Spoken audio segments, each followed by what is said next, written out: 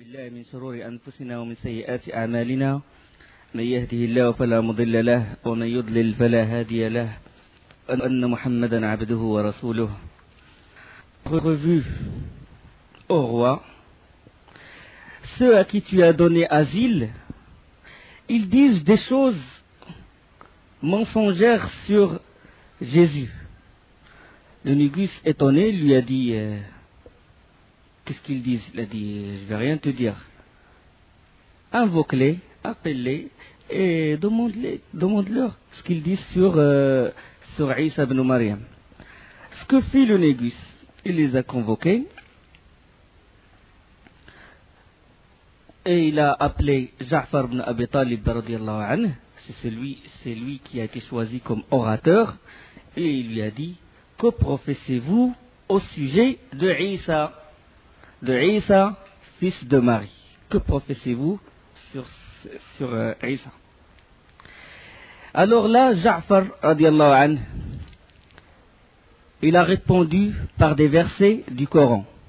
واذكر في الكتاب مريم إذ انتبذت من أهلها مكانا شرقيا فاتخذت من دونهم حجابا فأرسلنا إليها روحنا فتمثل لها بشرا سويا قالت إني أعوذ بالرحمن منك إن كنت تقيا قال إني أنا رسول ربك لأهب لك غلاما زكيا قالت أن يكون لي غلام ولم يمسسني بشر ولم أك بغيا قال كذلك قال ربك هو علي هين ولنجعله آية للناس ورحمة منا وكان أمرا مقضيا.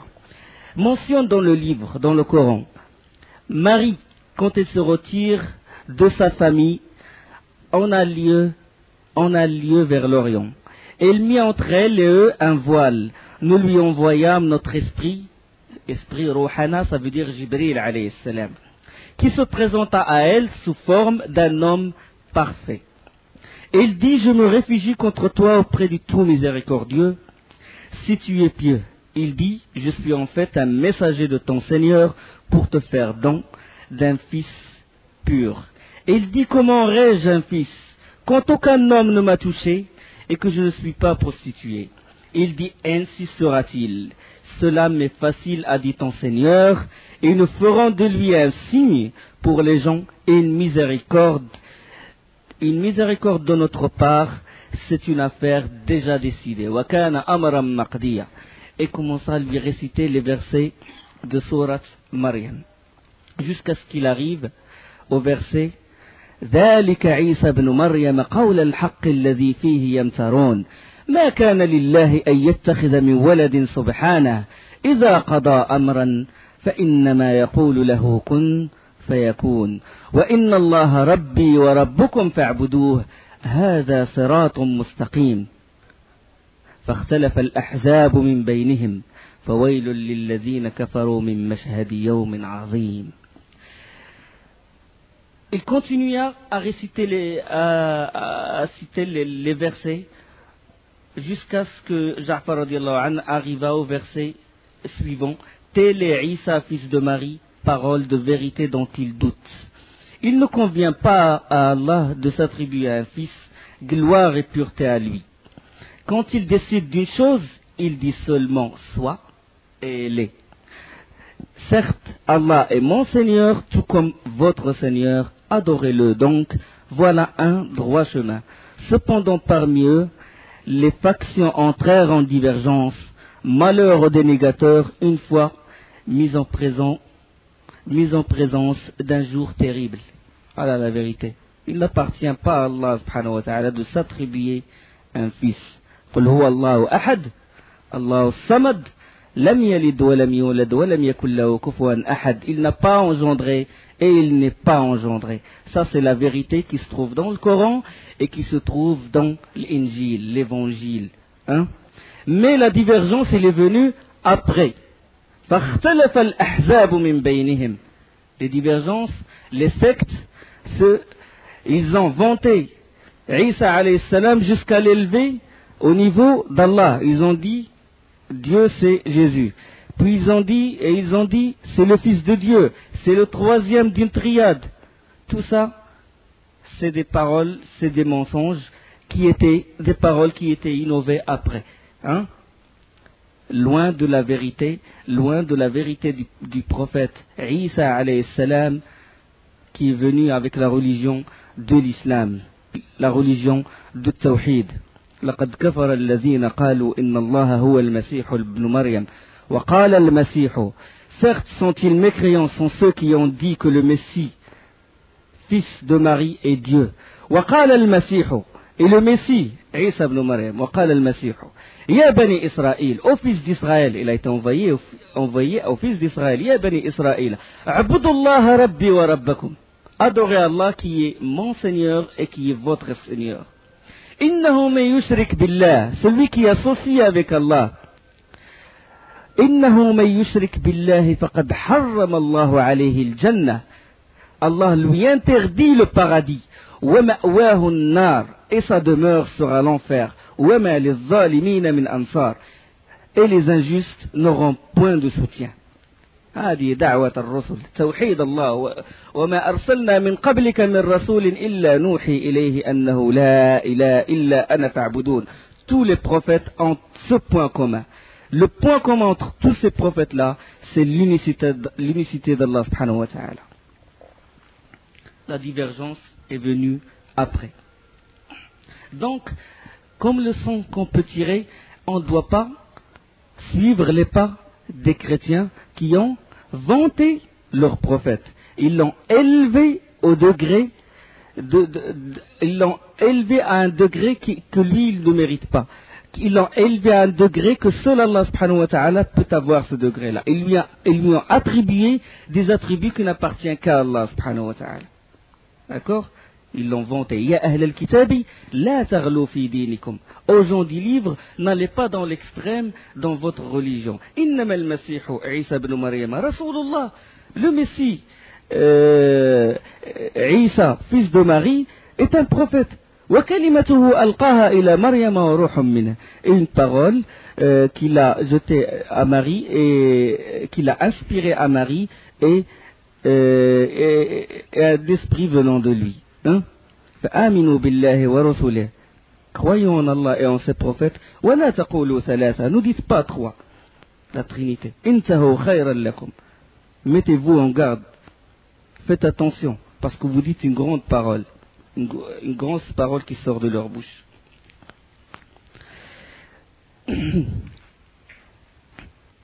Après avoir entendu ceci, les paroles d'Allah, le négus, il saisit un petit morceau de bois. Il le saisit comme ça et il a dit, par Allah, Jésus, Isa, ne dépasse pas ce que tu viens de dire, la longueur de ce bâton. Il a témoigné que il ne dépasse pas. Jésus, Isa ibn Maryam, il ne dépasse pas ce que Ja'far radiallahu anhu a dit, la longueur de ce bâton. C'est pareil, c'est la vérité. Là, les évêques qui dans leur croyance disent que Jésus c'est le Fils de Dieu, commençaient à grommeler. Il a dit, vous pouvez toujours grogner. Non déplaise, vous pouvez toujours grogner. Il ne dépasse pas. C'est la vérité, qui est dans ces versets-là. Et puis il s'est tourné vers les compagnons du prophète sallallahu alayhi wa sallam et leur a dit, vous êtes libres dans mon pays, vous êtes en sécurité. Par Allah, je ne vous livrerai jamais, même si on donne des montagnes d'or, vous êtes en sécurité et je ne vous ferai aucun mal. Et puis il s'est tourné aux deux émissaires, Amr ibn al-As et l'autre, et il leur a dit, rendez à ces gens-là leurs cadeaux, parce que je n'en ai que faire. Rendez-les leurs cadeaux. La nouvelle de ce qu'a dit, de ce qu'a déclaré le négus, il a créé une certaine perturbation chez les évêques et même dans la population. Il y avait un trouble. Comment ça se fait qu'il dit ça? Comment ça se fait qu'il confirme que le fait que Isa est juste un envoyé d'Allah? Comment ça se fait qu'il dit ça? et commençait à y avoir un certain changement dans la population, un certain trouble chez les évêques et chez les subordonnés et les notables. Entre-temps, le Négus, il convoquait Ja'far, radiallahu anhu, il le convoquait pour apprendre de lui certains enseignements de l'islam. Et puis le Négus a fini par embrasser l'islam, An-Najashi. Il est rentré en islam et il a prononcé la shahada. Et il continue à apprendre les enseignements de l'islam et il garda chez lui certains parchemins, certains feuillets où c'est écrit certains versets du Coran. Il les garda chez lui. L'atmosphère, elle commença vraiment à être tendue. Et le Négus, il a senti qu'il y a un certain mouvement dans la population et chez son entourage, puis il les convoqua pour apaiser ce trouble, et il leur a dit quelle est la cause de ce trouble. Les évêques lui ont répondu, tu as dit quelque chose sur Jésus qui ne convient pas et qui est contraire de ce que nous disons. Elle est contraire de ce que nous disons de lui. Le Négus leur a dit, que dites-vous sur Jésus? Ils ont répondu, nous disons qu'il est le Fils de Dieu. Mais avant qu'il les rencontre, déjà le Négus a mis certaines feuillets dans sa tunique, dans sa poitrine, il les a cachés, le Coran. Il a mis ça, il l'a caché dans sa tunique. Il a dit, moi, pointant le doigt sur sa poitrine, il a dit, moi je suis sur ceci. Et on dit, nous croyons que Jésus c'est le Fils de Dieu. Il dit, bon, moi je suis sur ceci. Et il a juré qu'il est sur... De toute façon, il ne désigne pas leur croyance, mais les feuillets là, la parole d'Allah qu'il a cachée dans sa tunique. Et il a dit, moi je suis sur ceci. Et ils étaient satisfaits par la déclaration du Négus et ils le quittèrent. Mais malgré ça, il y avait certains évêques qui étaient toujours dans le doute. Ils ont dit qu'il est en train de ruser et tout, et ils ont déclaré la révolte contre lui, certains évêques et certains notables, jusqu'à réunir toute une armée. Et il y avait la scission dans l'armée de Najashi, rahimahullah, du Négus. Le Négus, quand il a reçu l'information, quand il s'est rendu compte de ce qui s'est passé, il a préparé son armée pour étouffer cette révolte. Et les deux armées se sont rencontrées à côté du Nil, dans une version à côté du Nil, tel qu'il est rapporté par l'imam Ahmed. Le hadith, il est rapporté par Salama radiallahu anha, qui fut la femme du prophète sallallahu alayhi wa sallam après. Elle était mariée avec Abu Salama, ils ont fait le hijra en Abyssinie, et puis en Abyssinie, elle est allée jusqu'à Médine. Abu Salama est mort, et le prophète sallallahu alayhi wa sallam s'est marié avec elle après. Salama qui rapporte ce hadith et qui cite ces événements-là. Les deux armées se sont rencontrées à côté du Nil, du fleuve. Et les compagnons du prophète sallallahu alayhi wa sallam, ils vivaient dans l'autre rive du fleuve. Et ils se sont dit, qui peut nous informer de ce qui se passe vraiment? Qui peut nous ramener, qui va être victorieux, qui va sortir victorieux de cette bataille? Et Zubair ibn al-Awwam, il était jeune à cette époque, radiyallahu anhu. Il a dit, moi, je vais traverser le fleuve et je vous ramène l'information. Alors ils ont gonflé une outre en peau qu'il a accrochée à sa poitrine et il a sauté dans le fleuve et il a traversé le fleuve. Il s'est approché du lieu de la bataille et après il est revenu. Les compagnons du prophète sallallahu alayhi wa sallam, ils étaient en train d'invoquer Allah pour qu'Allah subhanahu wa ta'ala donne la victoire au Négus et Zubair ibn al-Awwam radiyallahu anhu, il est venu avec la bonne nouvelle que le Négus est sorti victorieux et qu'il a étouffé cette révolte. Et ils étaient très satisfaits, ils se sont réjouis de cette victoire et ils ont continué à vivre tranquillement en Abyssinie. Quand Jibril alayhi salam est venu voir le prophète sallallahu alayhi wa sallam pour lui dire que le Négus est mort, le prophète sallallahu alayhi wa sallam était à Médine pendant la mort du Négus. Le prophète sallallahu alayhi wa sallam, il a réuni les compagnons et il a fait ce qu'on appelle Salat al-Ghaib, la prière de l'Janaza sur l'absent. Même s'il y a des milliers de kilomètres sa tombe il est à des milliers de kilomètres loin de Médine, le prophète sallallahu alayhi wa sallam, il a fait ce qu'on appelle la prière de l'janaza sur l'absent. Parce que normalement la prière de l'janaza, il faut que le mort soit devant l'imam. Hein? Et la prière sur l'absent, il ne se fait que si cet absent-là, ce mort-là, personne n'a fait la prière sur lui. Personne n'a fait salat al-janaza sur lui. D'accord? Et le professeur, parce que les négus, c'est les morts dont personne n'a fait la prière, parce que son entourage, c'était tous des mécréants, tous des koufars. Lui, il est mort musulman. Et le professeur a fait salat al-ghaib, qui ne se fait que sur une personne sur qui personne n'a fait la salat al-janaza sur lui. D'accord? Il y avait, le frère, il a posé une question la semaine dernière à propos d'une chose, c'est quand Ja'far ibn Abi Talib radiyallahu anhu, quand il a commencé à parler du prophète sallallahu alayhi wa sallam devant le négus, il lui a dit qu'il nous recommandait de faire la salat et la zakat. Et puis le frère, il a fait la remarque suivante, il a dit comment ça se fait que Ja'far il dit ceci, que le prophète sallallahu alayhi wa sallam leur a recommandé la salat, alors que la salat ne fut ordonnée que durant le voyage nocturne, c'est-à-dire après cet événement-là. Et de même la zakat, comment ça se fait que le prophète sallallahu alayhi wa sallam leur a demandé ceci? La salat, le prophète sallallahu alayhi wa sallam, il a reçu l'ordre d'accomplir la salat quand il a reçu le verset Ya ayyuhal muzammil qum al-layla illa qalila. Ô toi qui se couvre dans son manteau, accomplit la salat durant la nuit, un tiers ou les deux tiers, tel qu'il est dans Surat al-Muzammil. Mais les compagnons, ils ont suivi le prophète sallallahu alayhi wa sallam dans cet acte-là. Ils l'ont suivi. Ils ont suivi le prophète sallallahu alayhi wa sallam. Même dans certaines versions, ils faisaient le qiyam de la nuit jusqu'à ce que leurs pieds soient enflés. D'accord?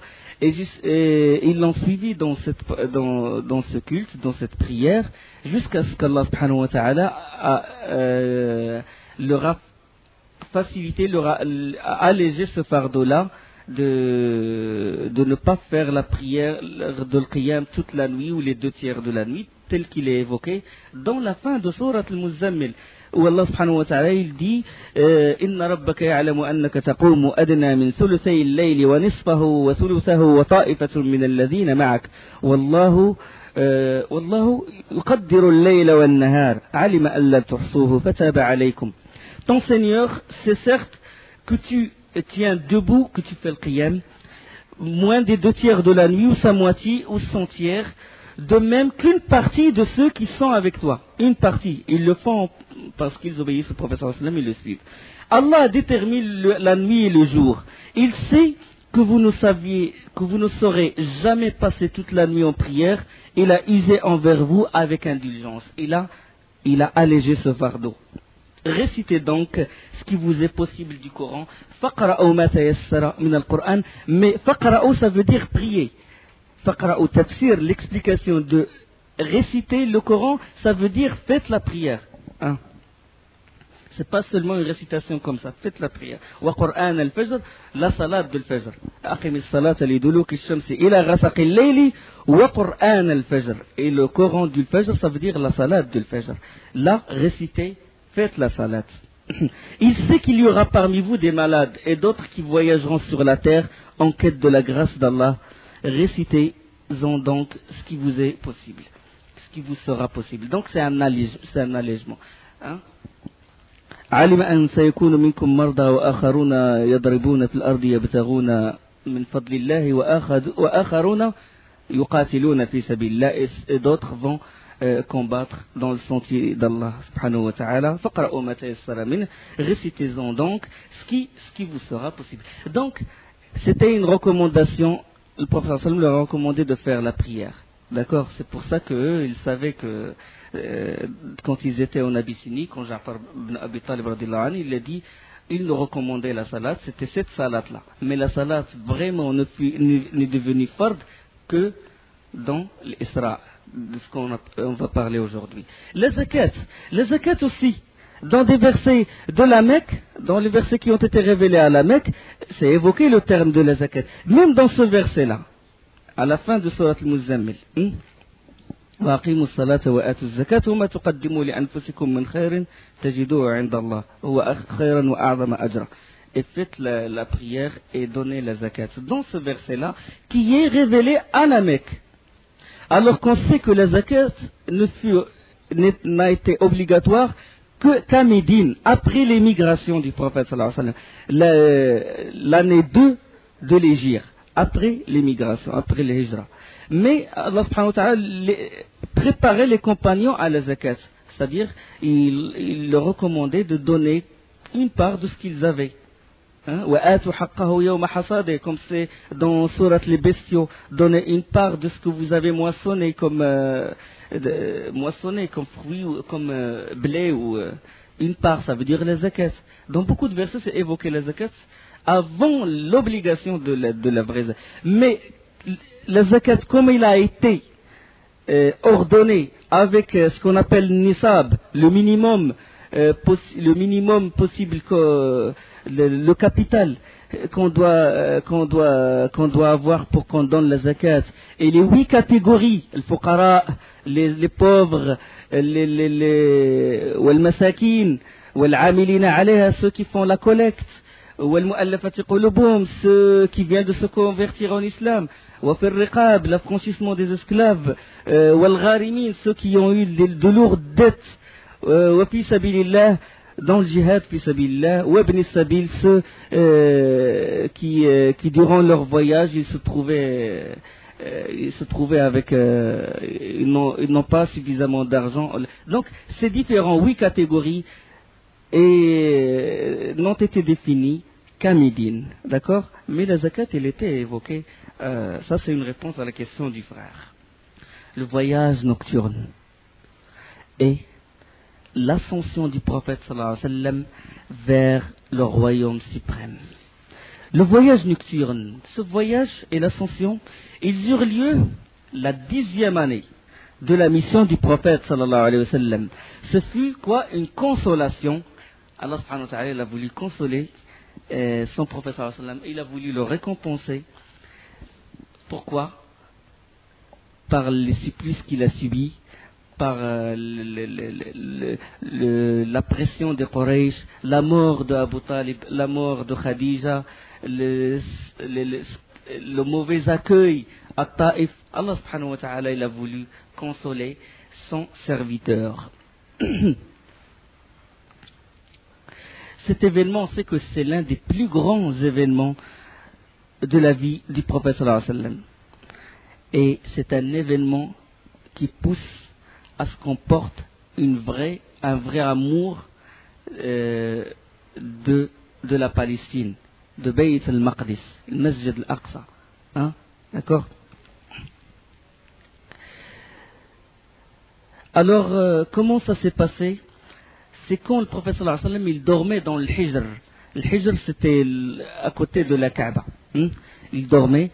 C'est là que Jibril alayhi salam, et ça c'est dans le hadith authentique, dans le Bukhari et dans Muslim, parce qu'il y a dans d'autres versions que le prophète sallallahu alayhi wa sallam était dans la maison de Hani, il dormait chez elle, et que de là il a eu de cette maison il a fait le voyage. Mais dans le Bukhari et dans Muslim, il évoque qu'il était dans le Hijr, c'est-à-dire à côté de la Kaaba, et que Jibril il vint à lui. Et là, le prophète sallallahu alayhi wa sallam, il se redressa. Il se redressa et il se leva comme ça. Et puis Jibril, la deuxième fois, il s'est rendormi. Puis Jibril le réveilla. Et de là a commencé le voyage nocturne. Jibril, il a ramené un animal blanc, tenant de la mule et de l'âne. Et chacune de ces foulées couvrait la distance que l'œil est capable d'embrasser. C'est un animal, il ressemble, il est moitié mule et moitié âne. C'est Allah subhanahu wa ta'ala l'a créé ainsi. Et ces foulées, il dépasse l'horizon. Le prophète sallallahu alayhi wa sallam monta l'animal et commença alors le voyage nocturne. Commença alors le voyage nocturne, ils filèrent en direction du nord et parvinrent enfin en Palestine, à Jérusalem, à Bayt al-Maqdis. Et là, le prophète sallallahu alayhi wa sallam est rentré dans la mosquée de l'Aqsa. Et quand il est rentré, il a vu un rassemblement unique. Il ne peut pas se répéter. Il ne peut pas se répéter sur terre. Allah, il a rassemblé dans cette mosquée tous les prophètes et tous les envoyés. Vous imaginez la scène, vous vous rendez compte? Une mosquée avec les guides de l'humanité. Avec les guides. Les guides de l'humanité sont là, dans cette mosquée. Moussa, Isa, Ibrahim, alayhi salam, Idriss, Nouh, Ilyas, l'élite. Dans la force physique, dans la force morale, dans la prophétie. Les grands hommes sur cette terre. Et qui l'imam? Le prophète sallallahu alayhi wa sallam. Les rangs et des rangs de prophètes. Je ne sais pas si vous imaginez ça. Les rangs et des rangs des guides de l'humanité sont derrière le prophète sallallahu alayhi wa sallam. Le privilège, la grande valeur du prophète sallallahu alayhi wa sallam. Ana sayyidu waladi Adam wa la fakhr. Je suis le meilleur des fils d'Adam sans orgueil. Le prophète sallallahu alayhi wa sallam. Et sa communauté, c'est la première, c'est la dernière des communautés, et c'est la première qui va rentrer au paradis. Et c'est une communauté qui va témoigner sur les autres communautés. Et c'est le premier qui va ouvrir la porte du paradis. Sallallahu alayhi wa sallam. Allah subhanahu wa ta'ala, il a parlé de ce voyage nocturne. Subhanalladhi asra bi'abdihi laylan min al-masjid al-haram ila al-masjid al-aqsa alladhi barakna hawlahu linuriyahu min ayatina innahu huwa as-sami'u al-basir. Gloire et pureté, Allah subhanahu wa ta'ala dit dans le sourate Isra, gloire et pureté à celui qui de nuit fit voyager son serviteur de la mosquée Al-Haram à la mosquée Al-Aqsa, dont nous avons béni l'alentour, afin de lui faire voir certaines de nos merveilles. C'est lui vraiment qui est l'audient, le clairvoyant. Une terre où a eu lieu ce grand rassemblement, ça veut dire qu'Allah subhanahu wa ta'ala, il aime cette terre. Ça veut dire qu'on doit aimer ce qu'aime Allah subhanahu wa ta'ala. Pilier de l'iman, le pilier de l'unicité, c'est l'amour. Aimer ce qu'il aime et détester ce qu'il déteste. Allah, il aime les mosquées, il aime les endroits où on fait zikr, il aime les endroits où on apprend la science, et il déteste les lieux où on fait ressusciter les jahiliya de l'anté-islam. La danse, la musique, tout ce qui s'ensuit, Allah il déteste ça. Le croyant, quand il dit la ilaha illallah, ça veut dire je n'adore que toi, ça veut dire je n'aime que ce que tu aimes. J'aime les mosquées parce que tu aimes les mosquées. J'aime des endroits précis parce que tu les aimes, et j'aime des moments précis parce que tu les aimes. Il aime les mois sacrés. Dhul Qa'da, Dhul Hijja, Muharram, Rajab. J'aime ces mois-ci. Hein? Je les respecte, je les aime, parce qu'ils ont une valeur. Cet endroit sur terre où a lieu ce grand rassemblement, il mérite qu'on l'aime et qu'on lui donne une haute considération. D'accord? La Palestine, qu'Allah subhanahu wa ta'ala la délivre par les musulmans des mains des juifs et leurs alliés. C'est de ce départ que vous devez aller. À partir du dogme, de l'aqida. Mais pas à partir d'autre chose. Pas à partir de tendances arabes, l'arabisme, tout ce qui s'ensuit. Hein? Celui qui combat pour l'arabisme et qu'il meurt, il meurt une mort du jahiliya. Man da'a ila asaba yad'u ila asaba, ou yansuru asaba, comme c'est évoqué dans le hadith.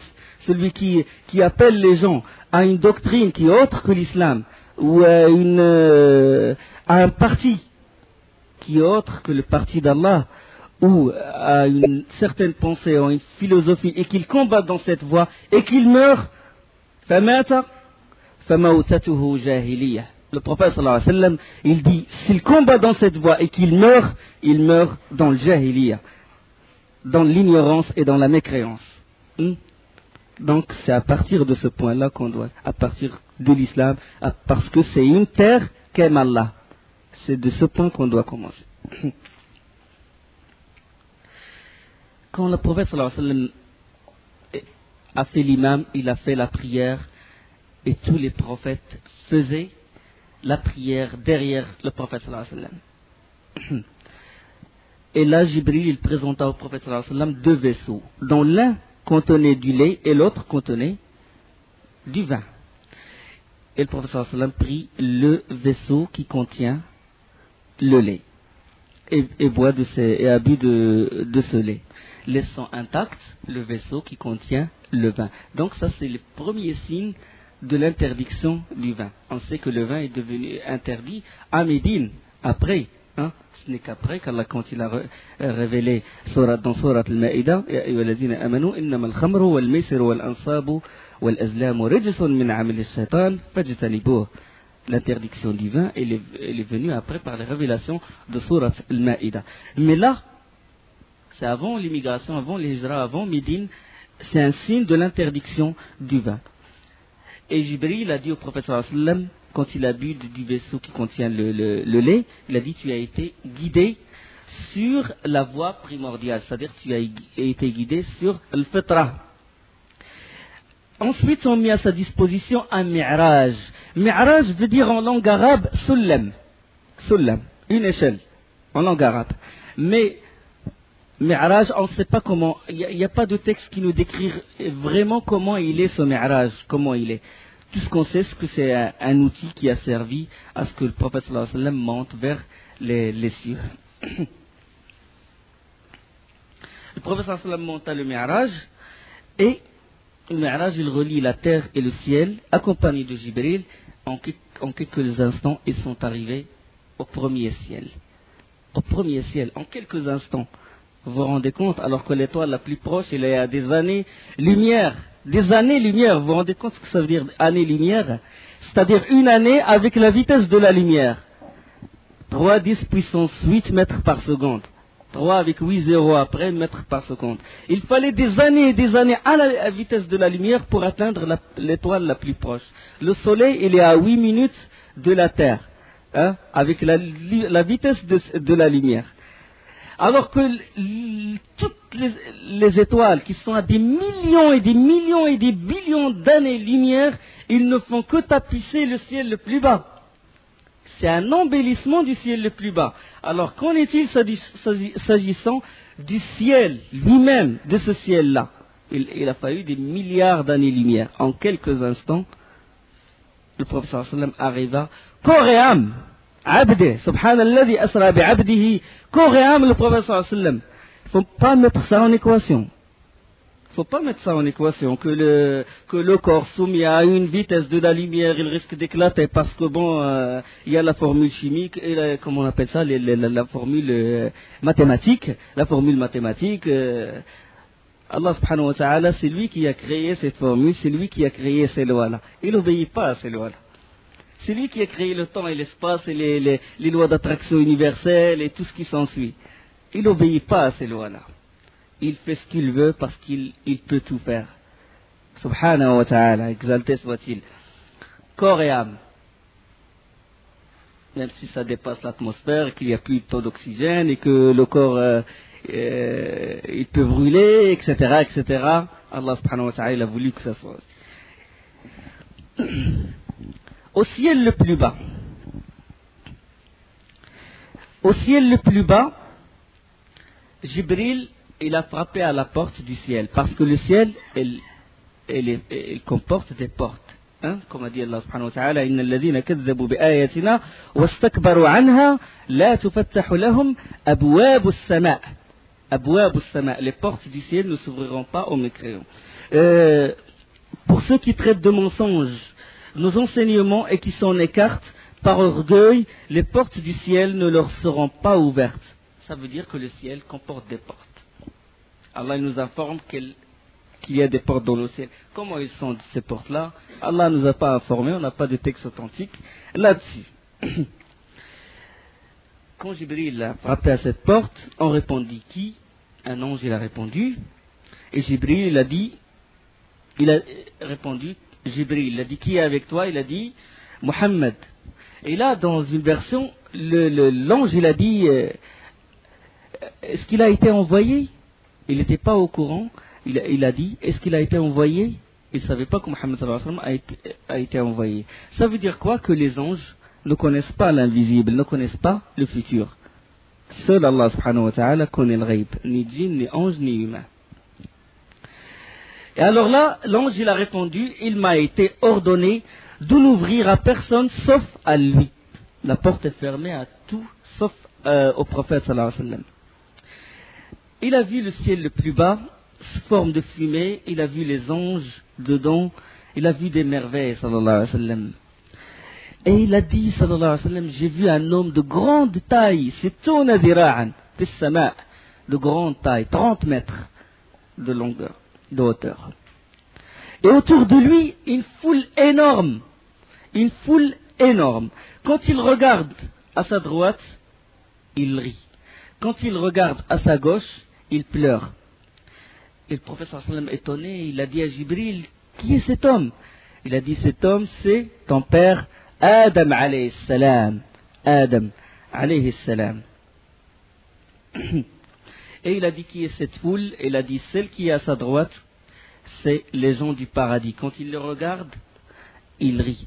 Et la foule qui est à sa gauche, c'est les gens de l'enfer. Quand il les regarde, il pleure. Adam alayhi salam. Il a vu des choses vraiment très étonnantes. Il nous décrit même, le prophète sallam, il nous décrit Adam comme, il a dit qu'il est brun et qu'il ressemble à des gens d'une tribu qui s'appelle Azd Shaw'a. Il a dit il n'est pas gros et il a le nez aqn al-anf, c'est-à-dire il a le nez arabe. Il a décrit dans certains hadiths. Il a vu des choses étonnantes. Il a vu des gens nager dans un fleuve. Dans certaines versions, dans un fleuve de sang. Et quand ils arrivent à la rive de du fleuve, ils ouvrent grand leur bouche et les anges leur frappaient le visage avec des cailloux, leur font manger ces cailloux-là. Le prophète sallallahu alayhi wa sallam, regardant cette scène, les visages ensanglantés de ces gens, ils nagent dans un fleuve de sang, il a dit, oh Jibril, qui sont ces gens? Il a dit, ceux-là sont les gens qui dévorent les biens des orphelins. Les gens qui dévorent le bien des orphelins ont fait de ceci. C'est-à-dire ça, c'est le châtiment léger avant le feu de l'enfer. Avant, ils vont subir ceci jusqu'au jour de la résurrection, jusqu'à Yawm al-Qiyamah. Et après la résurrection, leur demeure sera le feu. إن الذين يأكلون أموال اليتامى ظلما إنما يأكلون في بطونهم نارا وسيصلون سعيرا. Le feu auquel ceux qui mangent injustement les biens des orphelins ne font qu'au manger du feu dans leur ventre, ils brûleront bientôt dans des flammes de l'enfer. Et il a vu des hommes avec de gros ventres allongés par terre et qui sont piétinés par les gens de Pharaon. Piétinés par les gens de Pharaon. Les gens de Pharaon, Allah subhanahu wa ta'ala nous a informé qu'ils subissent maintenant le châtiment du feu. النار يعرضون عليها غدوا وعشيا ويوم تقوم الساعة أدخلوا آل فرعون أشد العذاب. Ça c'est une preuve. Le feu auquel Allah parle des gens des gens de Pharaon. Le feu auquel ils sont exposés matin et soir, et le jour où l'heure arrivera, fait entrer les gens de Pharaon au plus dur du châtiment. Dans Surat Ghafir. Ça veut dire quoi? Les savants ils ont déduit de ce verset-là le châtiment de la tombe. De la tombe. Hein? Maintenant, ici-bas, le feu auquel ils sont exposés matin et soir. Maintenant, ils sont exposés matin et soir au feu. Mais après, quand les gens ils sortent de leur tombe, le jour du jugement, là, ils vont être éternellement en enfer. Mais en attendant, donc cette période-là, on l'appelle Alam al-Barzakh, on l'appelle Alam al-Qabr, le monde de la tombe. D'accord? La tombe, c'est pas quelques mètres de profondeur avec quelques centimètres de largeur. La tombe, elle est soit un jardin du paradis, soit le feu de l'enfer, un trou de l'enfer. D'accord? D'accord? Vous avez compris, ça c'est dans l'Aqidah. Ça fait partie du pilier de la foi, à savoir l'iman bi l'yawmi الآخر تؤمن بالله وملائكته وكتبه ورسله واليوم الآخر. Je crois au jour dernier, je crois au bonheur de la tombe ou du châtiment de la tombe. D'accord? Ça veut dire que le croyant, s'il a fait des bonnes œuvres, etc., qu'il est croyant, etc., il vivra le bonheur de la tombe. D'accord? Allah subhanahu wa ta'ala nous a informé de ceci. De même, le prophète sallallahu alayhi wa sallam, et même dans le dua, quand on fait tashahhud, on dit a'udhu bika min azab al-qabr. Hein? Je demande protection auprès de toi du châtiment de la tombe. Azab al-qabr, ça veut dire que c'est vrai. D'accord? Tout le monde va passer par cette étape. Personne ne va échapper. D'accord? Celui qui mérite le bonheur de la tombe, il aura le bonheur de la tombe. D'accord? C'est un musulman, un croyant qui mérite le bonheur de la tombe. Exemple, il tombe dans une lave de volcan. C'est que la lave de volcan, elle est de 3000 degrés. 3000 degrés. C'est-à-dire l'os, il va fondre, ça y est. Le fer, il fond. S'il mérite le bonheur de la tombe, il vivra le bonheur de la tombe. D'accord? Dans le djihad, bismillah, c'est un moujahid, il combat des kuffars. Et que dans le combat, il se fait tuer. Et qu'il tombe dans un trou avec un groupe de kuffars. Tous morts. Dans un trou. On les a enterrés ensemble. Le musulman, le moujahid avec tous les kuffars. Lui, il subit le bonheur de la tombe. Le bonheur. وَلَا تَحْسَبَنَّ الَّذِينَ قُتِلُوا فِي سَبِيلِ اللَّهِ أَمْوَاتًا بَلْ أَحْيَاءٌ عِنْدَ رَبِّهِمْ يُرْزَقُونَ. Ils vivent le bonheur. Et les autres, les kuffars, ils vivront le châtiment de la tombe. Ça fait partie de croyance du mu'min. Aqidat al-mu'min. S'agissant du châtiment du bonheur de la tombe. Ils seront exposés au feu le matin et le soir. C'est-à-dire le feu chez les Al-Fir'aun, c'est pas continuel. Le châtiment de la tombe, il n'est pas continuel. Mais le matin, on les ramène au feu, ils subiront le châtiment du feu et ils reviennent. Et puis le soir, on les ramène. Pendant leur aller et leur retour, ils piétinent ces gens-là au gros ventre. Ils les piétinent. Ça, c'est Alam al-Barzakh, le monde de l'au-delà. Ils piétinent ces gens-là, et puis le prophète sallallahu alayhi wa sallam, il a dit, oh Jibril, qui sont ces gens-là? Et là, Jibril, il a répondu, ceux-là sont ceux qui mangent de l'intérêt usuraire. Al-riba. Hein? Al-riba. Ces gens-là qui pratiquent de l'intérêt usuraire en fait de ceci. Hein? فإن لم تفعلوا فأذنوا بحرب من الله ورسوله وإن تبتم فلكم رؤوس أموالكم لا تظلمون ولا تظلمون. Et si vous ne le faites pas, si vous ne voulez pas vous éloigner de cette pratique, alors recevez l'annonce d'une guerre de la part d'Allah et de son messager. Allah il dit ça dans Surat al-Baqarah. D'accord? La fin de Surat al-Baqarah. Al-Riba, il est très dangereux.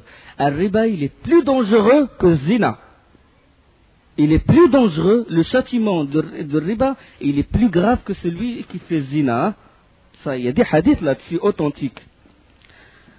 Ne serait-ce que, Allah subhanahu wa ta'ala dit, فَإِن لَمْ تَفْعَلُوا فَأْذَنُوا بِحَرْبٍ مِّنَ اللَّهِ. Annoncez, recevez l'annonce d'une guerre de la part d'Allah. Une guerre.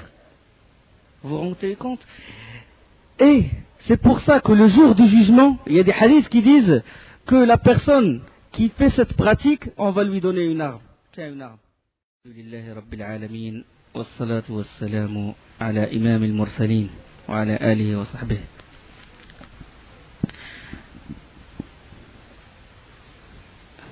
Le jour du jugement, cette personne qui fait cette pratique de riba, intérêt usuraire, on leur donnera une arme. Pourquoi? Il va dire pourquoi vous m'avez donné cette arme. Ils lui disent pour combattre. Pour combattre qui? Pour combattre Allah subhanahu wa ta'ala. Parce que tu as déclaré la guerre durant ta vie en faisant en négociant avec les intérêts usuraires. Allah subhanahu wa ta'ala يقول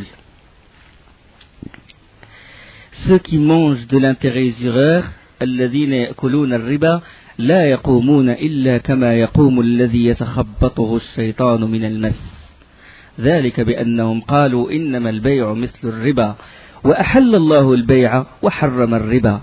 Ceux qui mangent de l'intérêt usuraire ne se tiennent le jour du jugement dernier que comme se tient celui que le toucher de Satan a bouleversé. Cela parce qu'ils disent le commerce est tout à fait comme l'intérêt. Alors qu'Allah subhanahu wa ta'ala a rendu licite le commerce et illicite l'intérêt. Alors qu'Allah a rendu licite le commerce et illicite l'intérêt. Ils veulent confondre, c'est juste, comme ils disent maintenant, participer à un projet. Ou des fois ils disent non, ce qui se fait à l'échelle de la banque, c'est pas riba. Parce qu'à l'époque du prophète sallallahu alayhi wa sallam, c'était juste à l'échelle des individus et tout. Riba, il est riba. Haram. On ne cherche pas l'autorisation. Subhanallah, on voit le verset devant nous. فَإِن لَمْ تَفْعَلُوا فَأْذَنُوا بِحَرْبٍ مِّنَ اللَّهِ وَرَسُولِهِ. Déclarer, c'est une déclaration de guerre, et pourtant nous on essaye de chercher par tous les moyens qu'un savant nous autorise de manger ce haram là. Ajib cette volonté, ajib on est vraiment en sécurité, on ne craint pas Allah subhanahu wa ta'ala. Le prophète sallallahu alayhi wa sallam a vu des gens en train de se nourrir, ça c'est parmi les choses qu'il a vues durant l'ascension. Il a vu le monde de l'au-delà, alam al-barzakh. Il a vu des gens qui sont en train de se nourrir des choses très mauvaises, des nourritures malsaines, très mauvaises, de mauvaise odeur, et il laisse à côté une nourriture saine, propre, appétissante. Il la laisse à côté, il mange cette mauvaise nourriture. Le prophète sallallahu alayhi wa sallam a dit: oh Jibril, c'est qui ces gens-là? Et Jibril a répondu: ceux-là sont ceux qui commettent la fornication, az-zina. Ils laissent le halal propre et pur et sain, et ils vont dans l'illicite, le haram, les maladies, l'herpès, le sida, l'hépatite, c'est ça, beaucoup de maladies, hein, les maladies. Le jour du jugement, al-jaza'u min jinsil amal. Celui qui a fait ça, ici-bas, sa récompense, c'est ça. Hein? Tu cherches toujours le mauvais, voilà, on te donne le mauvais. Tu manges que le mauvais, que le haoula et zunat, ceux qui ont commis la fornication.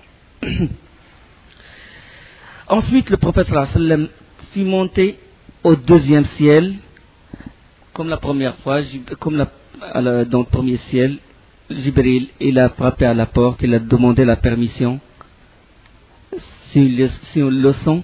Quand on voit un frère ou un ami, il faut d'abord avoir l'autorisation ou taper à sa porte et tout, ne pas rentrer comme ça directement. Il frappa à la porte et les anges qui sont responsables de ce ciel, et ils ont dit c'est qui, puis il a dit Jibril, qui est avec Jibril, il a dit le prophète sallallahu alayhi wa sallam, Muhammad sallallahu alayhi wa sallam. Et il y avait, on ouvrit la porte et il y avait deux jeunes hommes. Il y avait Isa alayhi salam et il y avait Yahya alayhi salam. Et ils ont accueilli chaleureusement le prophète sallallahu alayhi wa sallam. Isa et Yahya, ils étaient à la même époque. واذكر في الكتاب parlons de Yahya alayhi salam. Ya Yahya khudh al-kitab biquwwa wa ataynahu al-hukma sabiyya. C'est un prophète d'Allah subhanahu wa ta'ala, l'un des plus proches. L'un des prophètes qui ont été tués par les fils d'Israël. Et le prophète sallallahu alayhi wa sallam, il nous a décrit comment la forme de Isa alayhi salam dans beaucoup de hadiths authentiques. Il a dit c'est un homme brun, il n'est pas très grand et il n'est pas petit, il a beaucoup de grains de beauté, et s'il penche sa tête en avant, tu as l'impression que l'eau il coule de ses cheveux. Il nous décrit sa beauté sallallahu alayhi wa sallam. Au troisième ciel, il a vu le prophète sallallahu alayhi wa sallam fut accueilli par Yusuf alayhi salam, Yusuf ibn Yaqub, Yusuf. Et il a dit qu'il avait l'éclat de la pleine lune et qu'il avait reçu en don la moitié de toute la beauté de toute la beauté existante. C'est-à-dire que la beauté qu'Allah a créée, il a partagé en deux. Une moitié, elle est répartie sur tous les êtres humains. Et l'autre moitié, il appartient à Youssef seul. C'est pour ça que dans le Coran, même Allah subhanahu wa ta'ala parle dans Surat Youssef, quand la femme de l'Aziz, du roi, il a voulu le tenter et tout, et que les femmes de la ville commencent à propager des rumeurs sur elle, وقال نسوة في المدينة امرأة العزيز تراود فتاها عن نفسه إننا نراها في ضلال مبين فلما سمعت بمكرهن أرسلت إليهن وأعتدت لهن متكئا وآتت كل واحدة منهن سكينا وقالت اخرج عليهن فلما رأينه أكبرنه وقلنا فلما رأينه قطعنا أيديهن وآتت كل واحدة منهن سكينا وقالت اخرج عليهن فلما رأينه أكبرنه وقطعنا أيديهن وقلنا حاش لله ما هذا بشرا إن هذا إلا ملك كريم. Quand il invita les femmes, lorsqu'il eut entendu leur fourberie parlant des femmes de la ville qui ont propagé sur elles ces paroles, il leur envoya des invitations et prépara pour elles une collation, et elle remue à chacune d'elles un couteau, puis il a dit à Youssef, sors devant elle. Lorsqu'ils le virent, ils l'admirèrent et se coupèrent les mains et dirent, Allah ne plaise, ce n'est pas un être humain, ce n'est qu'un ange noble. Allah il dit dans le Coran, وَقَطَّعْنَا أَيْدِيَهُنْ. Qatta'na, ça veut pas dire qata'na, parce que la lettre ta, il y a shidda là-dessus. Il a appuyé sur ta. Qata'a, ça veut dire couper. Mais qatta'a, ça veut dire couper et recouper. Jusqu'à quel point ils étaient, quand ils l'ont vu, ils coupèrent leurs mains, et ils recoupèrent sans sentir le moindre mal. Et ils ont dit, hasha lillahi ma hadha bashara. Ils étaient étonnés, ils ont dit, impossible qu'il soit un être humain, c'est un ange. En décrivant la beauté du prophète Youssef alayhi salatu wassalam, bien sûr on sait que son éminence, elle ne vient pas de sa beauté. Son éminence, elle vient du message qu'il a ramené, de sa prophétie, de sa moralité, de sa patience. Hein? Ça ne vient pas de sa beauté. Au 4e ciel, le prophète sallallahu alayhi wa sallam rencontra Idris عليه الصلاة والسلام. واذكر في الكتاب إدريس إنه كان صديقا نبيا ورفعناه مكانا عليا. Et mentionne Idris dans le livre, c'était un véridique et un prophète, et nous l'élevâmes à un haut rang. Au 5e ciel, il y avait Haroun alayhi salam avec une grande barbe. Au 6e ciel, il a été accueilli par Moussa alayhi salam. Moussa Kalimullah, l'interlocuteur qui a parlé directement à Allah subhanahu wa ta'ala. Wa kallama Allahu Moussa taklima. Quand Allah parla à Moussa d'une vraie parole, sans traducteur, sans intermédiaire. ولما جاء موسى لميقاتنا وكلمه ربه. Il a eu ce privilège, Moussa alayhi salam. Au 7e ciel, le prophète sallallahu alayhi wa sallam, il vit la maison peuplée. Al-Bayt al-Ma'mour. Al-Bayt al-Ma'mour, c'est quoi? Al-Bayt al-Ma'mour, c'est la Kaaba des habitants du ciel. Comme nous, on a une Kaaba, eux aussi, ils ont une Kaaba. Ils font tawaf autour. Ils font tawaf autour de la Kaaba. 70 000 anges, ils font tawaf. Chaque jour, 70 000 qui viennent. Ils font tawaf et ils ne reviennent plus après. Chaque jour, il y a 70 000 nouveaux anges qui font le tawaf. Ça, c'est une version. Dans une autre version, ils disent 70 000 rentrent dans le Bayt al-Ma'mour et ils restent dedans. Chaque jour, il y a 70 000 qui s'ajoutent à 70 000 qui sont... Subhanallah. Malakut wa ma ya'lamu junuda rabbika illa hu. Seul Allah connaît ces soldats. Al-Bayt al-Ma'mour. Al-Bayt al-Ma'mour, dans le 7e ciel. Et il a vu qui? Il a vu Ibrahim alayhi salatu wassalam muttaki'an mutawassidan al-bayt al-ma'mur. C'est-à-dire, il a mis son dos à al-bayt al-ma'mur. Il a adossé le bayt al-ma'mur. D'accord? Ceci il a un intérêt dans la jurisprudence, c'est-à-dire qu'il est toléré dans le fiqh, ça c'est une leçon, de s'asseoir et d'adosser la Kaaba. D'accord? Ça c'est une leçon. Il a vu Ibrahim alayhi salam, et il a dit qu'il ressemble étonnamment à votre compagnon. C'est après quand il a décrit ça au compagnon, il a dit il ressemble étonnamment à votre compagnon, c'est-à-dire il ressemble beaucoup au prophète Mohammed sallallahu alayhi wa sallam. Al-Bayt al-Ma'mur, Allah il en parle dans le Coran, wa Turi wa kitabim mastur fi riqqim mansur wa al-Bayt al-Ma'mur. Allah il l'évoque dans le Coran, dans Surat Tour, par Tour, le mont de Sinaï, et par un livre écrit sur un parchemin déployé, et par la maison peuplée, c'est-à-dire Al-Bayt al-Ma'mur. Il a vu Ibrahim alayhi salam, et bien sûr durant cette ascension, tous les prophètes qu'il a vus, ils l'ont accueilli chaleureusement, ils ont discuté avec lui. Donc il a vu beaucoup de choses. Ça c'est brièvement.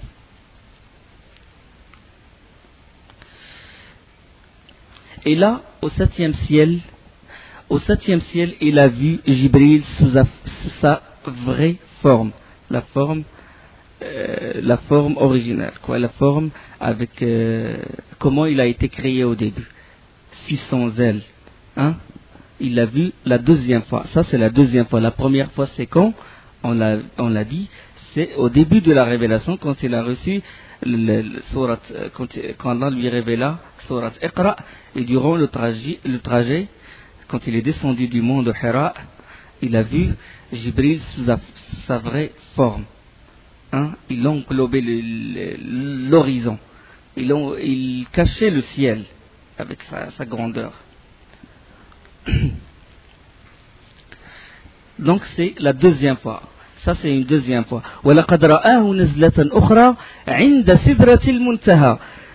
Or, il l'avait vu en une autre rencontre près de Sidrat al-Muntaha. Ça, Sidrat al-Muntaha, c'est après le septième ciel.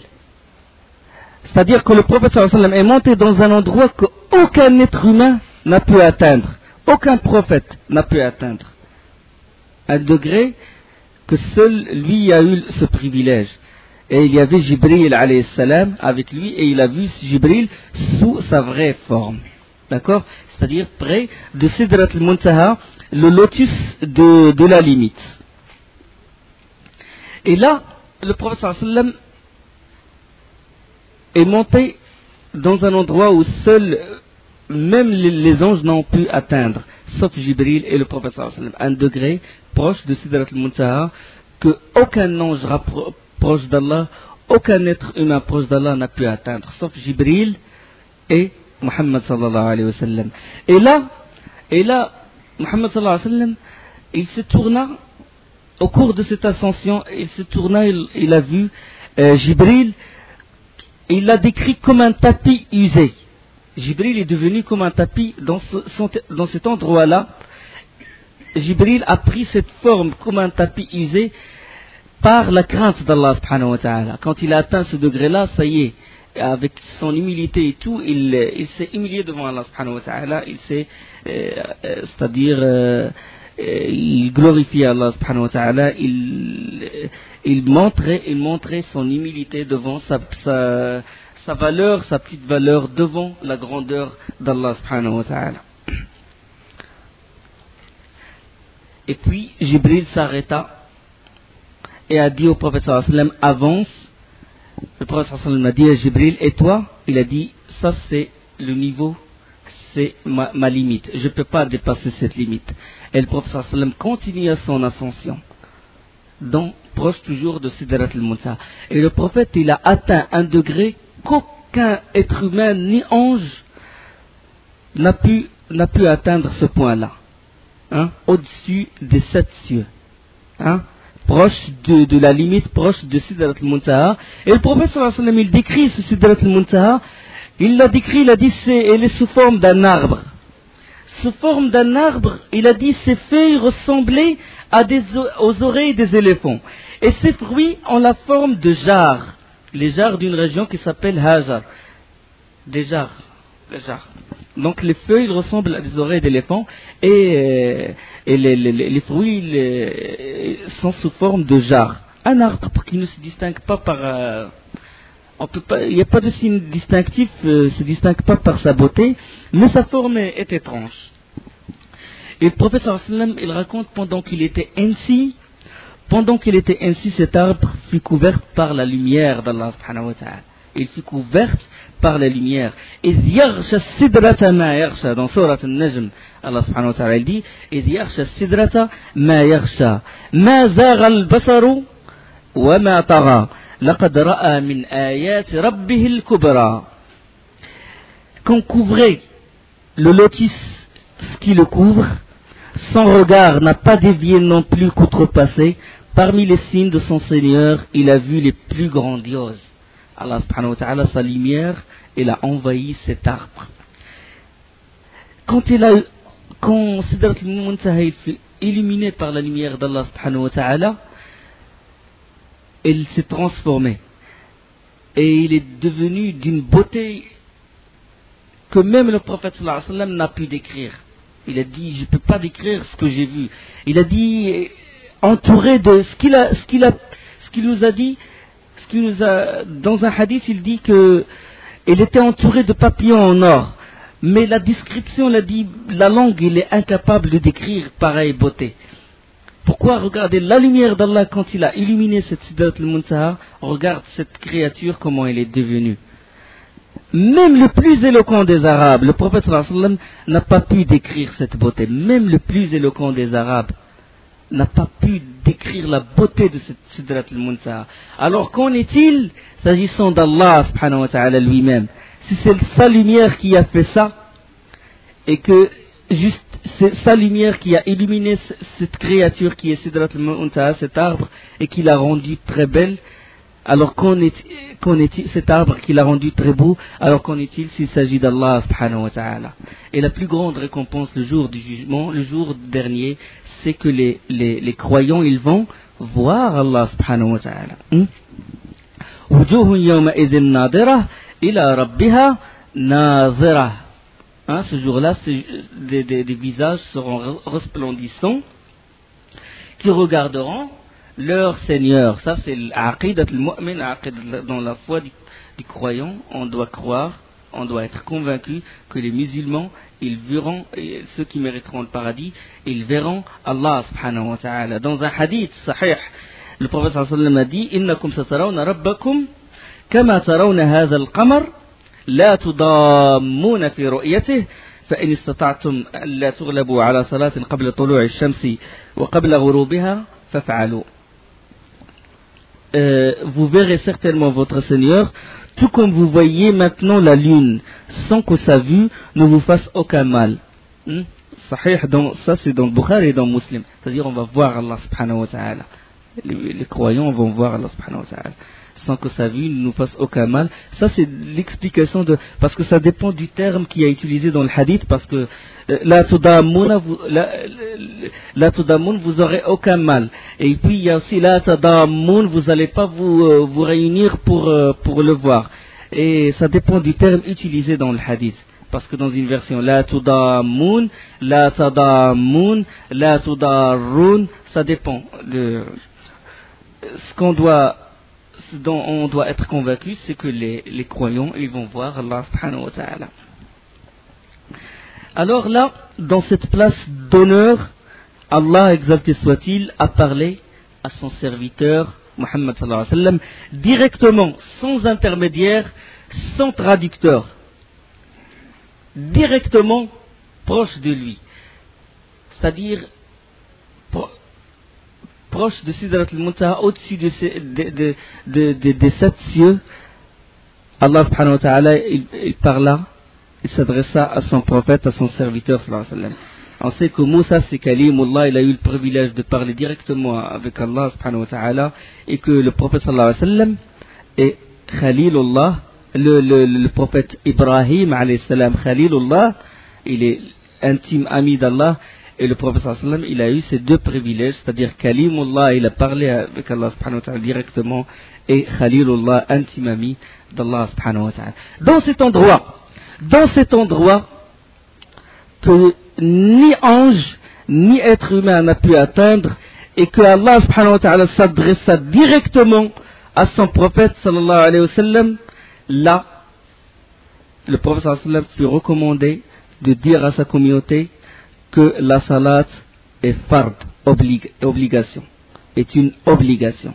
Dans cet endroit, pas sur terre, dans cet endroit que ni ange ni être humain n'a pu atteindre. Pourquoi? La valeur de la salat. La valeur de la salat. Allah ne l'a pas révélée sur terre, alors qu'il a révélé toutes les lois, malgré leur importance. La zakat, le hajj, le siyam, le tahrim al-zina, tahrim al-khamr, tout ce qui est, le salat al-rahim, tout ça sur terre.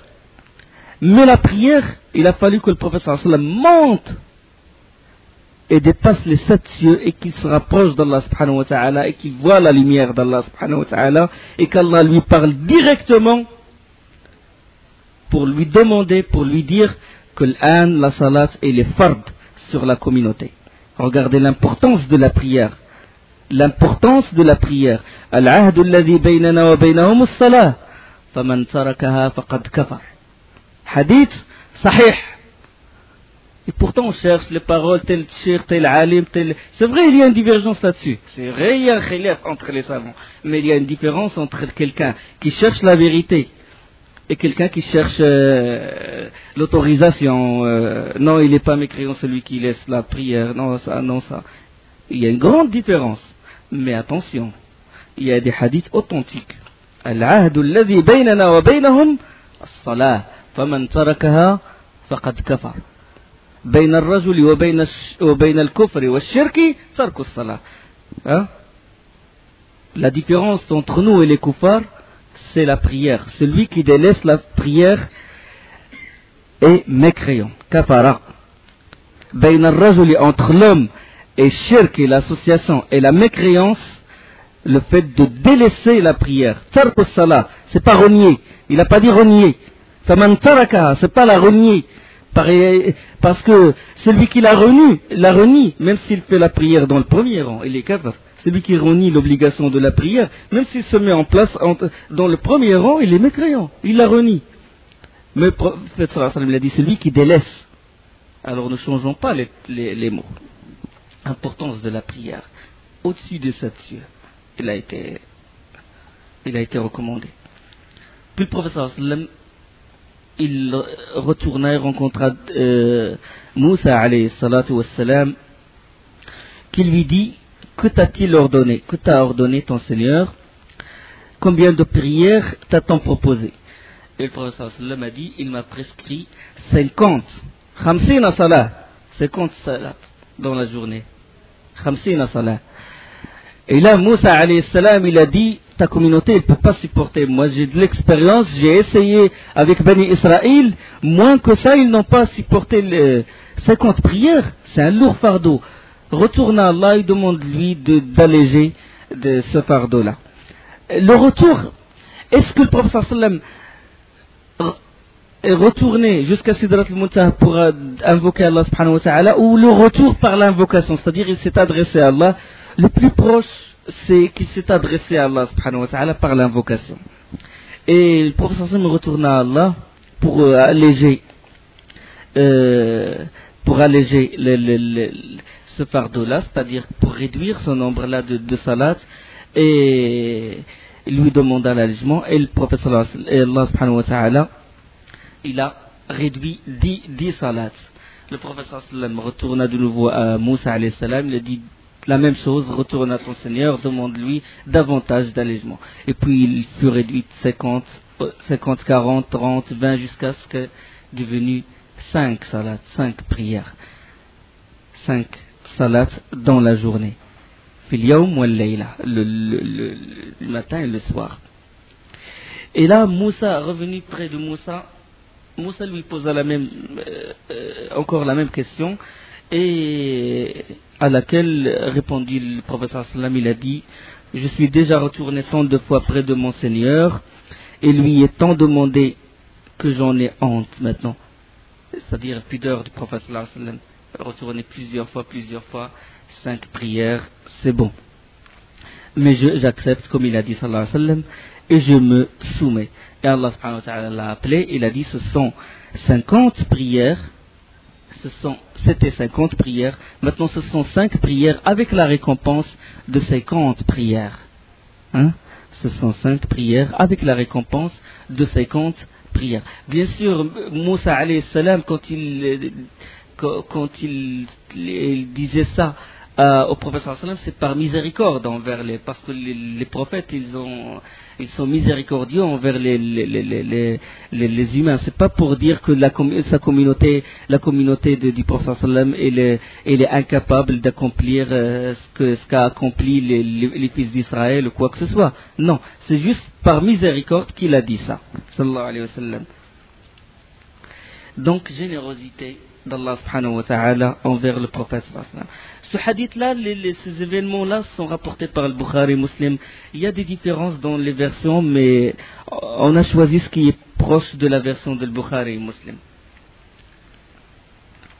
Il était 50, ils sont devenus 5, et pourtant, on cherche les excuses pour ne pas les faire. On réunit les 5 prières le soir, le travail, on cherche tout pour ne pas les faire.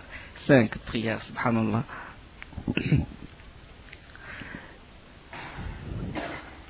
Et là, le prophète sallallahu alayhi wa sallam a reçu un cadeau, c'est les derniers versets de Surat al-Baqarah. Les derniers versets, Amana ar-Rasul bima unzila ilayhi min rabbihi wal mu'minun. Donc, ça c'est un cadeau qu'Allah subhanahu wa ta'ala a donné au prophète sallallahu alayhi wa sallam. Et lui a donné aussi un autre cadeau, c'est ceux de la communauté du prophète sallallahu alayhi wa sallam qui n'ont rien associé à Allah subhanahu wa ta'ala, Allah leur pardonne leurs péchés. Donc ça c'est 2 cadeaux qu'a reçu le prophète sallallahu alayhi wa sallam. Le prophète sallallahu alayhi wa sallam et Jibril alayhi salam furent descendus à Jérusalem. Et là il monta l'animal ou le buraq, parce que c'est évoqué le buraq dans des versions, et ils revinrent à la Mecque. Dans le chemin de retour, le prophète sallallahu alayhi wa sallam il a vu des choses. Il a vu qu'il y avait des caravanes qui passaient. Des caravanes pour le commerce et tout, durant le trajet, le retour c'est-à-dire vers la Mecque. Et qu'un des chameaux d'une caravane, il a pris peur parce qu'au passage de l'Buraq, il a été effrayé, puis il s'est échappé de la caravane, et puis les gens commençaient à le chercher. Et puis ils ont entendu une voix que votre chameau il se trouve à tel endroit et tout. Et c'était le prophète sallallahu alayhi wa sallam qui s'est adressé à eux. Et ils l'ont trouvé à cet endroit. De même, le prophète sallallahu alayhi wa sallam il a eu soif durant le trajet. Il a trouvé près d'une caravane un vase. Il y avait un couvercle là-dessus. Et puis il a levé le vase, puis il a bu le contenu de ce vase-là. Il a vu des choses, il a vu passer des choses. Et il regagna la Kaaba. Tout ce voyage en une nuit. Tout ce voyage.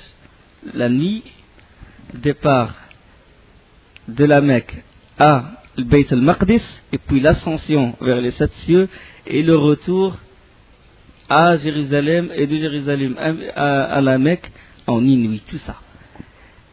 Le prophète sallallahu alayhi wa sallam commença à relater les événements dans sa tête. Et puis... assis près de la Kaaba, il y avait Abu Jahl qui l'observait. Puis Abu Jahl, il a remarqué qu'il y a quelque chose d'anormal. Tu sais, quand quelqu'un il a vu quelque chose d'extraordinaire, ça peut se voir dans ses gestes. Et puis il est venu voir le prophète sallallahu alayhi wa sallam, il a dit: oh Mohammed, qu'y a-t-il de nouveau? Il y avait quelque chose de nouveau pour nous informer, quelque chose arrivait et qu'on n'est pas au courant. Et le prophète sallallahu alayhi wa sallam, il a répondu, il a dit oui. Il a dit: qu'y a-t-il? Il a dit: je suis allé à Jérusalem hier et je suis revenu. Je suis à l'aube, je suis là. Ah bon? Il a dit: tu étais à Jérusalem? Ah, qu'est-ce qu'il y avait à Jérusalem? Ah, la mosquée de l'Aqsa. Ah oui. Et sûrement tu as fait la prière là-bas. Et tu es revenu. Ah oui, bien sûr, parce que tu es maintenant avec nous. Ça veut dire que tu es revenu. Et le professeur sallam, il dit oui. Il a pris sa tête à Jahl. Et là, il a eu l'impression qu'il, maintenant, ça y est, il va triompher. Il a trouvé un prétexte de moquerie et tout. Il a dit, est-ce que je peux dire ça aux gens? Est-ce que je peux propager ça? Et le professeur sallam, il dit, tu peux le faire. Tu peux le faire sans problème. Aussitôt, il rassembla les Quraysh. Venez, venez, venez. Venez tout le monde. Venez tout le monde. Maintenant, j'ai découvert une chose. Maintenant, j'ai une preuve concrète que Mohammed est un menteur. Ça y est, c'est un prétexte. Là, il a trouvé le point où il a cru triompher. Et l'effet de l'événement, il était très violent. C'est-à-dire, ça s'est propagé vite à la Mecque et tout. Et puis, les gens commençaient à se demander, vraiment, est-ce qu'il est véridique dans ce qu'il dit? Et alors là, Abu Bakr, radiallahu anhu, avant de voir le prophète sallam, les Qurayshides, ils sont allés vers lui directement et lui ont dit, est-ce que tu es au courant de ce qu'a dit ton compagnon? Il a dit qu'il est allé jusqu'à le Bayt al-Maqdis, il est revenu en une nuit et tout, vas-tu le croire maintenant? Il a dit, bien sûr, s'il dit ceci, c'est que c'est vrai. S'il dit une telle chose, il ne peut être que vérité, que vrai. Qu'y a-t-il d'étonnant? Il leur a dit. Qu'y a-t-il d'étonnant? Quelque chose d'étonnant? Moi, je crois en lui dans des choses, dans l'information qui vient du ciel à la terre. L'information du ciel à la terre, elle fait combien de temps? L'ordre, il vient du ciel et je crois. Il dit oui, Allah, il te parle, il t'ordonne, il descend sur toi les versets et tout. Voulez-vous de moi que je crois pas d'un simple voyage, un aller-retour en une nuit? Bien sûr que j'y crois. L'information vient du ciel et j'y crois. Et alors c'est à cette occasion qu'Abu Bakr fut surnommé As-Siddiq, hein? le très sincère. Les Quraysh se sont réunis autour du prophète sallallahu alayhi wa sallam et lui dirent, nous savons que tu n'as jamais été à Jérusalem, en Palestine. Nous savons. Et encore plus, nous savons que tu n'as jamais été à la mosquée de l'Aqsa. Et nous connaissons la mosquée de l'Aqsa. Nous la connaissons. Il y a des gens parmi nous qui connaissent très bien. Qui connaissent très bien le masjid de l'Aqsa. Ils sont allés, font des commerces là-bas, ils connaissent les détails. Maintenant, il y a une chose. Tu prétends que tu es parti à le masjid de l'Aqsa. On sait que n'importe quel môme, n'importe quel enfant, il sait qu'il faut un mois pour aller jusqu'à le masjid de l'Aqsa et un mois pour retourner. Tout le monde sait ça. Toi, tu prétends que tu as fait ça en une nuit. Décris-nous le masjid de l'Aqsa. Le prophète sallam, le voyage était de nuit. Et il est rentré dans la mosquée de nuit. Mais malgré ça, il commença à leur décrire le masjid de l'Aqsa comment il est. Il commence à leur décrire sa forme, son décor. Et alors là, il y avait parmi les Quraysh des gens qui connaissent les détails de masjid al-Aqsa. Il commença à lui poser des questions pour vraiment l'affaiblir, pour vraiment prouver qu'il est menteur. Il commence à lui poser des questions sur les détails de la mosquée. Les détails, vous vous rendez compte? Les détails, même la personne qui vient chaque jour dans une mosquée, tu lui demandes des détails, il ne peut pas savoir. Tu lui dis la couleur du tapis, je ne sais pas combien de fenêtres, ou des choses, il ne peut pas, combien de colonnes, il ne peut pas savoir. Même si des années elle vient, c'est rare de trouver. Alors une nuit, comment? Une nuit, il lui demande des détails, le nombre de pylônes, le nombre des choses vraiment quelqu'un qui est... il faut, je ne sais pas quoi pour les décrire. Donc là, Allah subhanahu wa ta'ala, il présenta devant le prophète sallallahu alayhi wa sallam la mosquée de l'Aqsa. Il présenta devant lui la mosquée de l'Aqsa. Le prophète sallallahu alayhi wa sallam, il regardait la mosquée devant lui et les gens ne regardaient pas. Et il décrit les détails les plus infimes. Il commença à décrire, et ils posèrent les questions et tout. Puis finalement, ils n'ont pas réussi à mettre les gens en doute sur sa véracité, et ils ont dit, bon d'accord, mais maintenant donne-nous des signes entre nous et toi. Des signes, des choses que tu as vues durant le trajet, des caravanes ou des choses comme ça, des choses qu'on peut voir, comme quoi des gens t'ont vu. Des gens t'ont vu faire ce voyage, et des signes, on veut des signes vraiment concrets. Ça ne leur a pas suffi le fait qu'ils décrivent le Masjid al-Aqsa devant eux. Non, ils ont dit on veut des signes des gens. Et là, le prophète sallallahu alayhi wa sallam commençait à leur décrire les caravanes. Ah, il commençait à s'étonner. Il commençait à leur décrire les caravanes, comme quoi il y avait un chameau, une telle caravane avec un chameau gris qui porte 2 sacs, la couleur des sacs, que l'un des chameaux a pris la fuite, il s'est échappé de cette caravane, et que je leur ai dit qu'il est dans cet endroit, cette caravane elle est comme ça, elle est comme ça, j'ai vu dans tel vase, ils étaient là, des détails très importants, c'est-à-dire les détails qu'ils ne peuvent pas rejeter. Il leur a dit, une caravane, il va venir. Il a dit, dans combien de jours? Il a dit, dans 3 jours, le professeur sallallahu alayhi wa sallam. 3 jours, ils vont venir. À leur tête, il y a un chameau gris, etc. Une description vraiment étonnante. Dans 3 jours, au lever du soleil, le 3e jour, le jour J, ils ont pointé leur sentinelle. Ils attendent la venue des caravanes. La 3e, à l'aube. Puis l'un s'écrie, oh, lever du soleil. Puis l'autre, il a dit, ah, j'ai vu la caravane. Comme l'a décrit le prophète sallallahu alayhi wa sallam. Comme l'a décrit.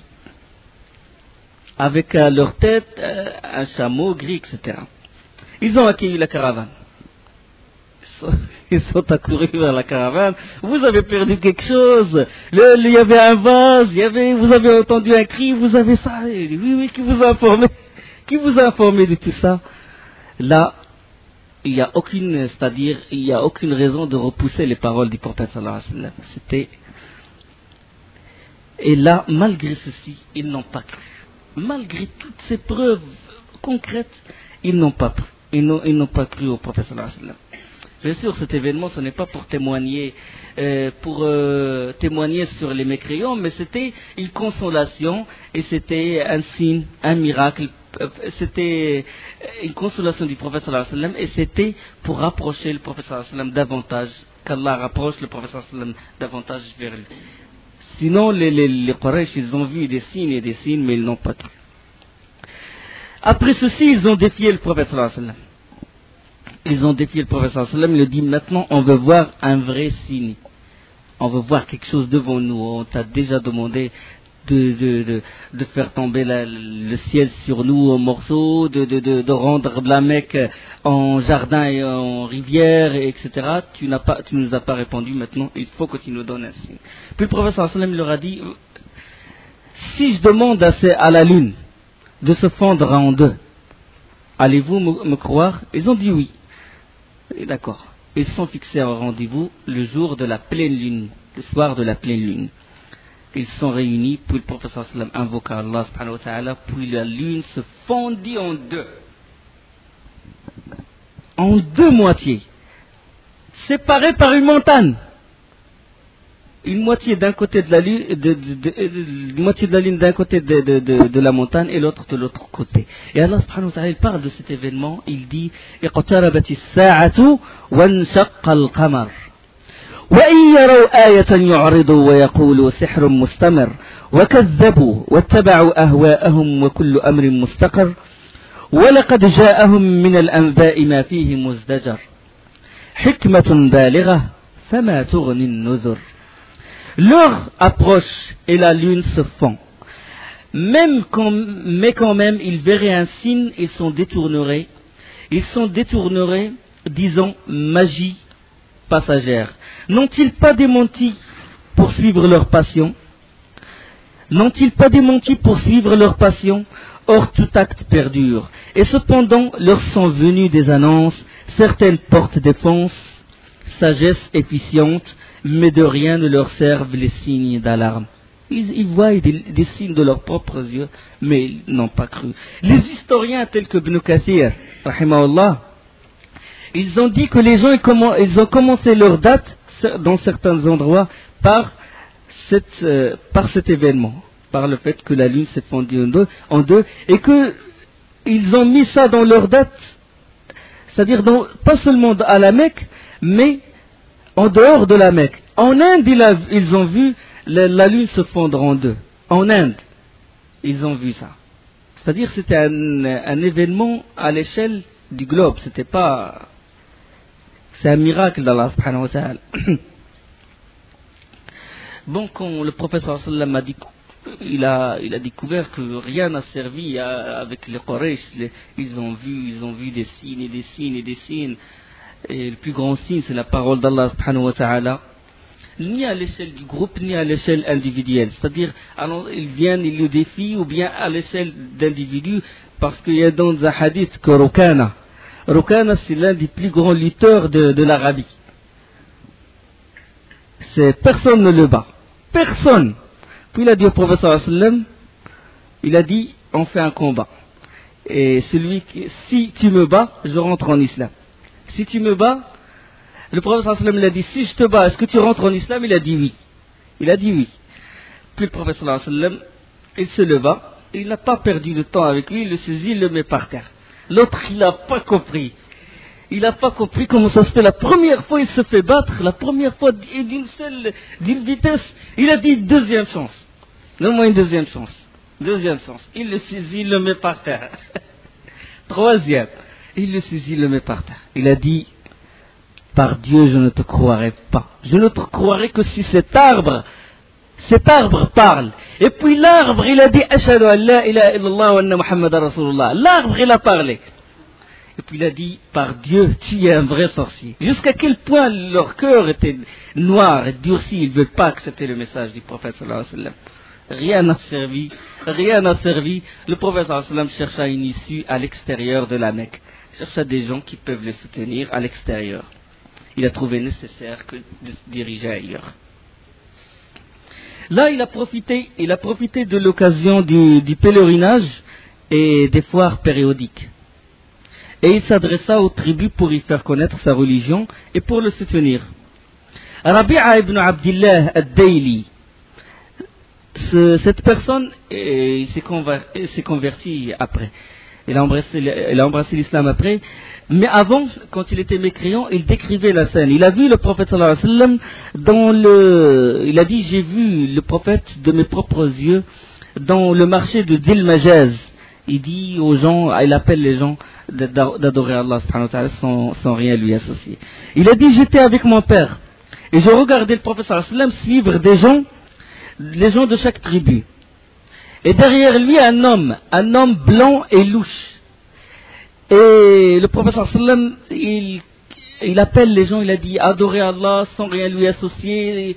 Est-ce que vous êtes prêts de m'aider? Je cherche le soutien, soutenez-moi jusqu'à ce que je propage le message d'Allah et vous aurez le paradis en échange. Lui, dans les marchés, dans beaucoup d'endroits, le prophète sallallahu alayhi wa sallam, il appelle les gens et derrière lui, dès qu'il termine le prophète sallallahu alayhi wa sallam, cet homme, il s'adresse aux gens, il dit non, c'est un menteur, ne le suivez pas.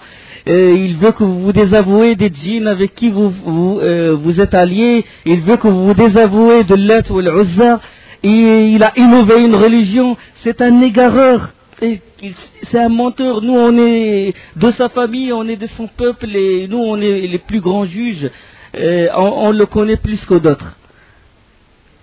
Puis la personne, il a dit, il était accompagné de son père, il a dit, c'est qui cette personne?